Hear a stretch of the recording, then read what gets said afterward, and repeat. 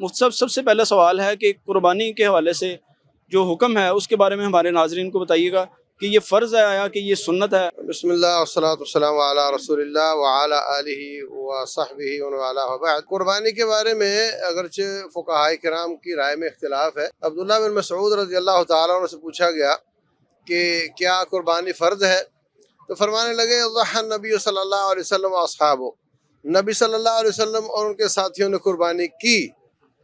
اب وہ کہتا ہے حضرت مجھے پتہ کی، مگر آپ بتائیں کہ یہ فرض ہے یا نہیں ہے۔ پھر فرماتے ہیں ضحى النبی صلی اللہ علیہ وسلم واصحابہ، نبی صلی اللہ علیہ وسلم اور ان کے ساتھیوں نے قربانی کی۔ وہ پھر سوال وہی کرتا ہے، آپ پھر وہی جواب دیتے ہیں اور ساتھ کہتے ہیں تیری عقل ٹھیک ہے، میں جو کہہ رہا ہوں انہوں نے کی تو تم بھی کرو۔ تو بات یہ ہے کہ اس کو فرض قرار دینا تھوڑا مشکل ہے۔